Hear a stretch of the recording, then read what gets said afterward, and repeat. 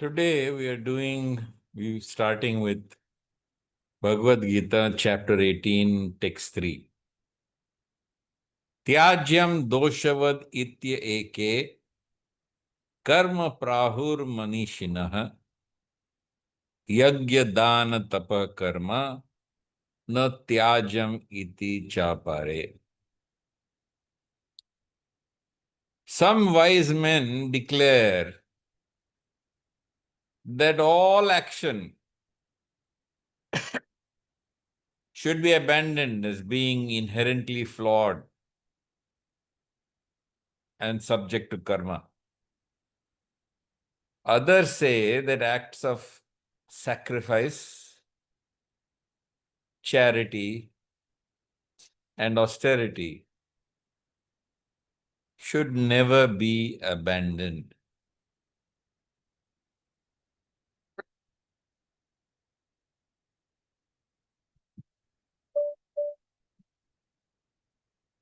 There is an interesting book based on the historical context of what occurred in India and the Indo-Gangetic Plain.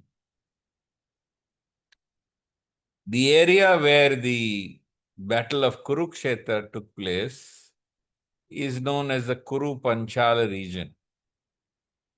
And west of the Indo-Gangetic Plain, probably after the union of the Jamuna and Ganga, is the eastern Indo-Gangetic Plain, which is referred to as Greater Magadha.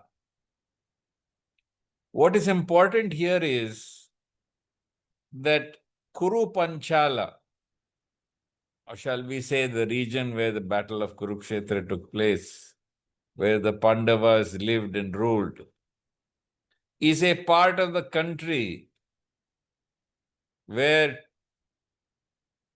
Vedic religion was seriously followed. Vedic yajnas were performed, Vedic brahmanas were honored, and people followed the Vedic way of life with faith in God. So it was a theistic culture. In the eastern part of the Indo-Gangetic Plain, that is after the union of the Ganga and the Jamuna, the area which is known as the Greater Magadha region, consisting of eastern Uttar Pradesh, including Bihar and Bengal, was very different. They did not follow Vedic culture. They did not consider the Vedic priests or Brahmanas to be of any consequence. Here, the Kshatriyas ruled and were given prominence. But higher than the Kshatriyas were not the Brahmanas. Higher than the Kshatriyas were the ascetics. These ascetics belonging to the Shramana philosophies were those who believed in external renunciation, who believed in external sannyas. External sannyas was not initially a Vedic practice. Sannyas who belonged entirely to the greater Magadha culture. And these ascetics were considered the highest of all. They were external renunciates. And from this Shramana culture, which existed when Krishna spoke the Bhagawad-Geeta, eventually these Shramana philosophies crystallized, became institutionalized, and became Jainism, Buddhism, and Ajivikism. So you had Jainis, you had Buddhists, and you had Ajivikas. The emphasis on in the Kuru Panchala region, that is on the western Indo-Gangetic plain, was essentially about performing Vedic sacrifice, pleasing God, and living a life dedicated to performing one's duty. From the greater Magadha region, which was the western Indo-Gangetic plain, the emphasis was on law of karma and how the law of karma would trouble you, trap you, destroy you, and how could one escape this law of karma. They did not believe in God at all. So in the Bhagavad-Gita, when Arjuna speaks to Krishna, he is not worried that the Kauravas are more than the Pandavas. The armies of the Kauravas are greater than that of the Pandavas. Indeed, he is not fearful of their warrior skills because he has even greater warrior skills. What Arjuna is afraid of is the karma that will be consequential to the battle. And Arjuna is terrified of the bad karma that will result from his participating in the war. Therefore, Krishna understands that although he has been brought up on the Kuru Panchala region, which is Vedic, he is influenced strongly by non-Vedic ideas of the law of karma as everything more important, and that he does not realize the presence of God who is right in front of him. Therefore, Krishna says to Arjuna, Kutastvam kasmalamidam, where have these impurities come upon you? And the entire Bhagavad-Gita is essentially the portal or the door to a far more important philosophical battle that is taking place between the greater Magadha philosophies of asceticism and external renunciation and non-violence, and the Kuru Panchala Vedic philosophies, which demand that you do your duty.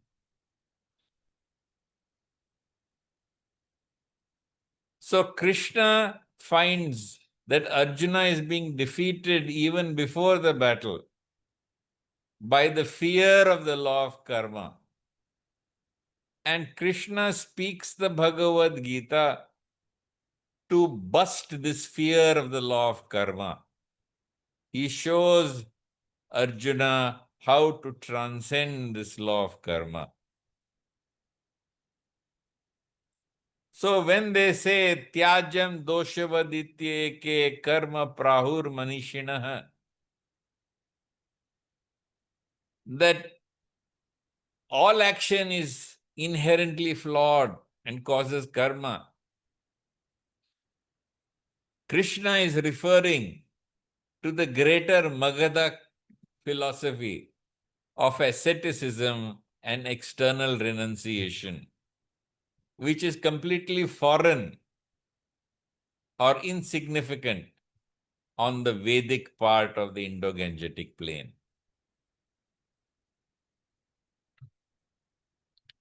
In fact, the Shramanas and eventually the extrapolation of the Shramanas, for example, the Jainis, early Jainis, believed that to move was to create karma, and therefore they would keep their bodies immobile. And keeping their body immobile, they believed that it would help to keep their mind immobile. And the suffering caused by this immobility of body and mind would burn up all their bad karmas, and the immobility would also prevent them from creating new karmas. And this is the philosophy that they followed. Therefore, when you go back to the 3rd chapter of the Bhagavad-Gita, Krishna actually is polemically arguing against it when he says, Nahi kaschid shanamapi jatu tistatya akarmakrit. There is not one instant when you cannot perform some action. So Krishna points out in the 16th chapter of the Bhagavad Gita, text 8, that he is opposed to the demonic natures. And this demonic nature he classifies as belonging to the ascetic philosophies, the atheistical philosophies, the non-Vedic philosophies that belong to the greater Magadha culture. In 16th chapter, 8th verse, Krishna says, Asatyam apratishtam te jagadahur anishwaram aparaspara sambhutam kim anyat kama haitukam. They say that the world is unreal, without foundation, without a Lord, a God. It is produced only by mutual union. Its only cause is desire. What else could it be? So this is the philosophy that Krishna is arguing against. So the Bhagavad Gita is actually not just a syncretic work that unites all the theistical Vedic Ashtikya philosophies, but it's also a polemical work which argues against the philosophies of the greater Magadha civilization, which is basically asceticism, the Shramana culture, and deals with what eventually was to become later Jainism, Buddhism, and Ajaivikism. In fact, in 3.9, Krishna explains that to Arjun, how one should overcome karma, how one can overcome the law of karma. Krishna never denies the law of karma. He only teaches Arjun how to rise beyond the law of karma. And he says in 3.9, chapter 3, 9th text, Yagnartharth karmano nyatra loko yam karma bandhana tadartham karma kaunteya mukta sanga samachara. So all action which is done as an offering to God is free of karma, whereas all other action binds you to karma. So actions done for the ego self bind you to the law of karma and lead to repeated birth and death and suffering. Whereas those who perform actions, who perform rituals, who do everything as a sacrifice to please God, they are free from karma. They are free from karma bandhane. Krishna also affirms that Vedic sacrifice has a place in the cosmic order. In chapter 3, 14th text, Krishna says, Annad bhavanti bhutani parjanyad anna sambhava yagnad bhavati parjanyo yagna karma samudbhava. From food, beings arise and survive and thrive. From rain, food arises. Rain arises from yagna, and yagna follows the performance of one's prescribed duty or karma and Vedic ritual. So, Krishna points out that karma has a place in the cosmic order, fire sacrifice has a place in the cosmic order, because this eternal pravartitam chakram enables man to please the devatas which results in rain, which provides grain, which actually allows human beings to thrive. Karma brahmodbhavam vidhi brahma akshara samudbhavam tasmat sarvagatam brahma nitya yagne pratishtitam.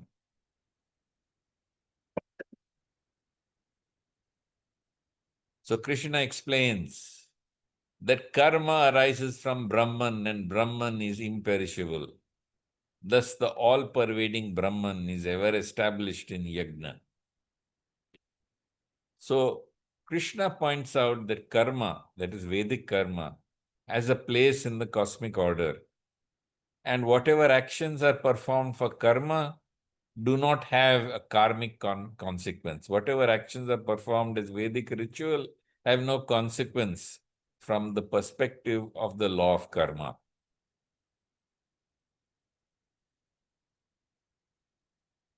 And therefore, in chapter 3, 19th verse, Krishna declares, Tasmada sakta satatam karyam karma samacharaha asakto hi acharan karma paramapnoti purushaha.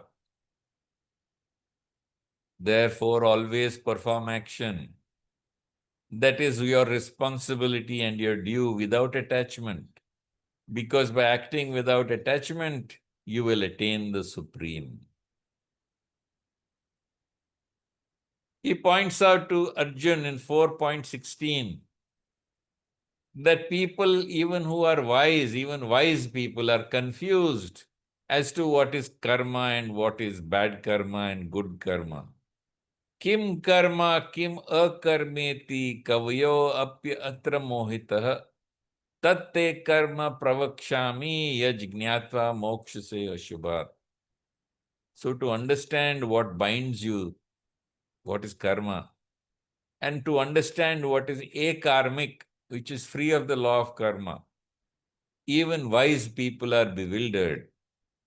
And here I will explain to you what should be done, knowing which you will be freed from all evil.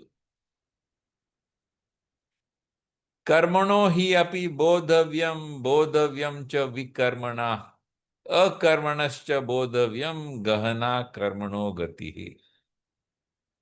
In 4.17, Krishna says, you must understand action, understand wrong action, understand inaction.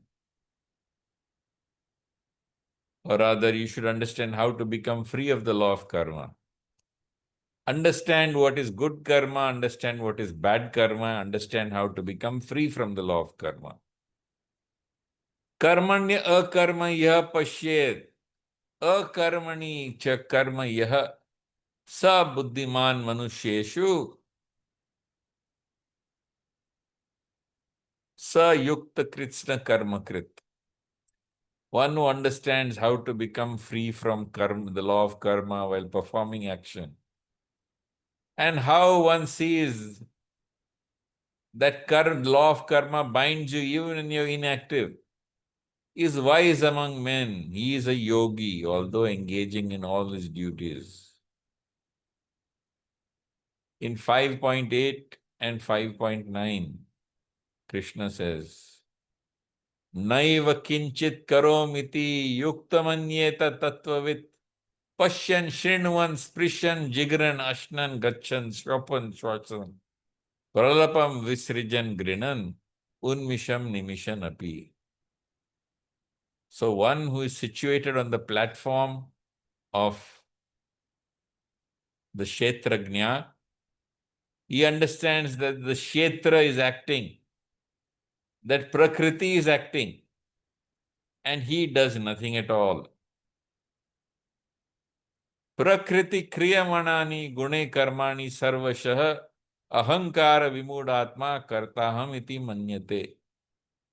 Prakriti is doing everything, and it is only the bewildered living entity who imagines that he is the doer. So sin occurs only when there is ahankar. Once ahankar is gone, there is no sin. Because when ahankar is gone, the illusion of being the doer is gone. And if you are not the doer, you do not incur karma. Therefore, indeed, it is through action that one becomes purified. It is through ritual that one becomes purified. In 5.11, Krishna says, Kayena manasa buddhaya kevalerindriyerapi yogina karma kurvanti sangam tyaktva atma shuddhaye. With body, mind, intellect, with the senses, yogis perform action having abandoned attachment, and they act for the sake of purification. So what you need to understand is that the truth of everything is that you do not commit sin through the performance of action within the world, provided you offer your actions to God. When you offer your actions to God, it is God who acts through Prakriti. First he says, Prakriti kriyamanani gune karmani sarvasha ahankara vimudatma kartahamiti manyate. That Prakriti is doing everything. You don't imagine that you are doing anything. And secondly, he points out that mayadhyakshena prakriti suyate sacharacharam hetuna nena kaunteya jagad viparivartate. That I am the controller, I am the administrator, I am the director of Prakriti. So Prakriti is merely doing what I am asking Prakriti to do. So indeed, you do nothing, God does everything. And when you have this realization, and when you transcend the foolish belief that you are the doer, then automatically you become free from sin, free from karma. And because we are not fully purified at any stage in our life, which we discussed last time and which I will discuss again, you should understand that work purifies you, Vedic ritual purifies you. In fact, in the difference between divine and demonic estates, the solution for the demonic people given by Krishna in the 16th chapter is, in the last verse, that Tasmat Shastra Pramanam Te Karya Akarya Vyavastito. One should follow the Vedas on what is to be done and what is not to be done. And Vedic karmas, which the Vedas advise, should be done because they purify you. Therefore, Krishna points out in this verse that there are some people, which is referring to the greater Magadha ascetic culture, who believe that all actions result in sin and are flawed. On the other hand, here I am telling you, Krishna says, I am saying to you that indeed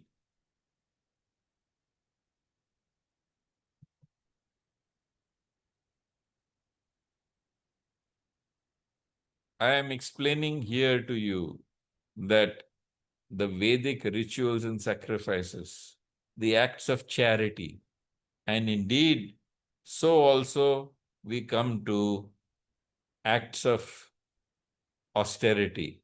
All of them purify you. So Krishna has pointed out earlier in the Bhagavad-Gita that the human mind has three defects. The three defects of the human mind, which are indeed are your mind and my mind. The defects of the human mind are that we want to enjoy, we want to possess and control, and number three, we want to show that we are better than all living entities, other living entities. But when you realize that God is the only enjoyer, when you accept that God is the only controller and possessor, when you come to the realization that it is God who is equal friend of all living entities, no matter what you imagine yourself to be, then you know peace. Bhoktaram yagna tapasam sarvaloka maheshwaram suridam sarvabhutanam yajgnatva mam shantim richati.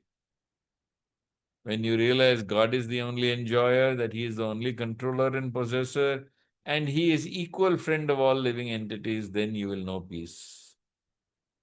And that is the peace formula. Then how to attain that peace formula is in this sequence. Yagya dana tapah karma na karyam tyajam eva tat. Yagya dana tapah karma pavanani manishinam. Tapah counters the desire to enjoy. Austerity counters the desire to enjoy. Dana counters the desire to possess and control. And yagya, by remembering God and forgetting self, cures the ego self of the belief that it is better than anyone else or even that it exists. So, in this session, I have tried to point out to you that asceticism, external renunciation, was really not a Vedic philosophy. It did not take origins in the original Vedas. Of course, after the Vedas, there were further additions, which included the Upanishads. And then we had the Puranas and so on. But in the original Vedas, there is very little to encourage asceticism. And in fact, there is very, very little to cause fear of the law of karma. And because these fears were creeping in as seen by Krishna's soliloquy on why he is afraid to attack the Kauravas, Krishna came to argue against these ascetic philosophies, the philosophies of non-violence, and to teach that everyone should do their duty and transcend karma in the way he directs, so that no one should be afraid of this law of karma. So the Bhagavad-Gita really is busting the fear of the law of karma. And it is being busted by God himself. So the important part in this section to understand is that law of karma is transcended when one acts for him. To look at it very simply, when you offer everything to him, he takes the karma away. Because you're offering it to him, along with the action, he takes your karma. When there is no ahankar, there is no law of karma. And the second aspect that you need to know is that through austerities, through giving in charity or giving of your efforts and time and whatever knowledge, these acts, along with yajna, the performance of actions dedicated to God, they free you from the chains of the mind, which desire to enjoy, control, possess, and imagine that one is separate and better than other living entities. So with this, I will conclude. If you have any queries or questions or comments, I will be happy to address them. Thank you, Shantanu-ji. Thank you, Shantanu-ji, for today's wonderful session. Sorry, my voice is a little bad. I've got a bad throat. My first question to you is, if someone does something that appears harmful, but does it with a genuine good intention, how would the You are not very clear, so can you just tell me clearly what you're saying? if Slowly. my first question is, if someone does something that appears harmful, but does that with a genuine good intention, how would the Gita view that action karmically? In fact, that's the question of the Bhagavad-Gita. Arjuna is going to kill. Who? He's going to kill his cousins, his relatives, his uncle, his grandsire. He's killing his guru who taught him how to use these weapons. So does he commit sin? If he does it to enjoy royal happiness, he commits sin. If he does it because it's his duty as a Kshatriya to protect himself and to perform his Swadharma, he doesn't commit sin. Okay. So good and bad are a perspective of the viewer. And they are also a perspective of the intent in the mind of the person who is engaging in that action.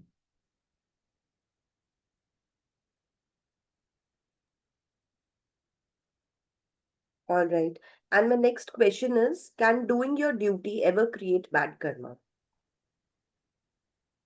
As I've explained to you, if you are acting for God, there is no karma. If you are acting for self, there is karma. So if you're doing your duty as an offering to God, then that karma belongs to Prakriti and to God. It doesn't belong to you. You are not the doer.